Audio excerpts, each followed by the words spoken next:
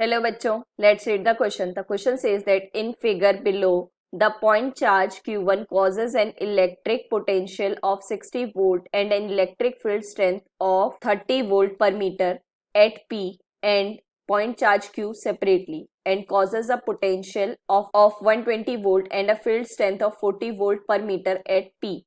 Which one of the following gives possible values of potential and field strength at P due to joint action of Q1 and Q2?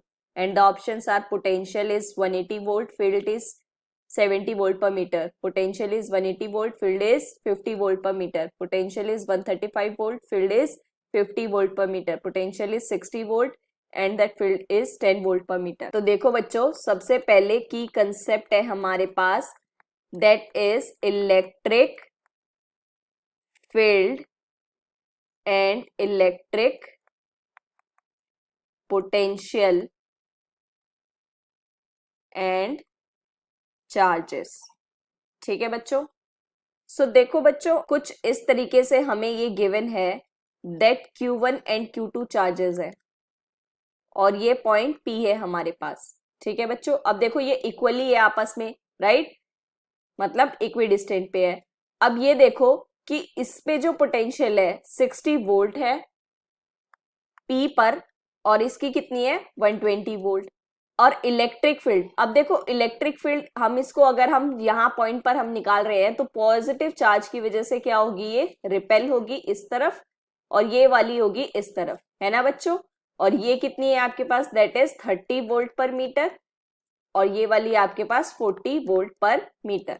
ठीक है बच्चों. अब देखो जो potential है हमारे पास वो तो क्या होता है आपके पास, दैट इज स्केलर क्वांटिटी, है ना बच्चों? और स्केलर क्वांटिटीज है तो इसका मतलब जो पोटेंशियल, नेट पोटेंशियल आएगा आपके पास वो क्या आएगा, that is summation of V1 and V2, है ना बच्चों? तो ये कितना हो जाएगा, दैट इज 60 प्लस 120, कितना आ गया है आपके पास, दैट इज 180 वोल्ट. ठीक है बच्चों. अब बात करें अगर हम इलेक्ट्रिक फील्ड की, सो इलेक्ट्रिक फील्ड हमारे पास, क्योंकि इसमें डायरेक्शन भी मैटर करती है, तो ये कौन सी है हमारे पास, वेक्टर क्वांटिटी. ठीक है बच्चों. सो अब देखो ये आपके पास डायरेक्शन भी इस तरीके से गिवन है, 40 आपके पास इस तरफ है, 30 आपके पास इस तरफ है. सो इसका रिजल्टेंट कुछ इस तरीके से बीच में आएगा आपका, है ना बच्चों? अब सो ऑप्शंस के अकॉर्डिंग या तो आपका 70 वोल्ट पर मीटर इलेक्ट्रिक फील्ड है या फिर आपके पास 50 वोल्ट पर मीटर है. ठीक है. तो ये कुछ इस तरीके से आपका कैसे बनता, दैट इज ए बी, ये आपका रिजल्टेंट कितना बनता, ए प्लस बी. तो कितना बनता है ये आपके पास 70 वोल्ट पर मीटर. बट यहां पर जो है आपका थीटा है ना? तो अब देखो अगर ये थीटा है तो ये कुछ इस तरीके से आएगा. इसका जो आपके पास 70 तो आपका पॉसिबल नहीं हो रहा है क्योंकि इंडिविजुअल स्ट्रेंथ के साथ साथ हमारे पास रिजल्टेंट पे भी कुछ एडअप होगा, है ना? तो वो इस तरीके से आपके पास रूट फॉर्म में होता है, जो कि जैसे हमारे पास अगर रिजल्टेंट हम बनाते हैं तो वो क्या बनेगा, a square plus b square plus 2ab cos theta, है ना बच्चों?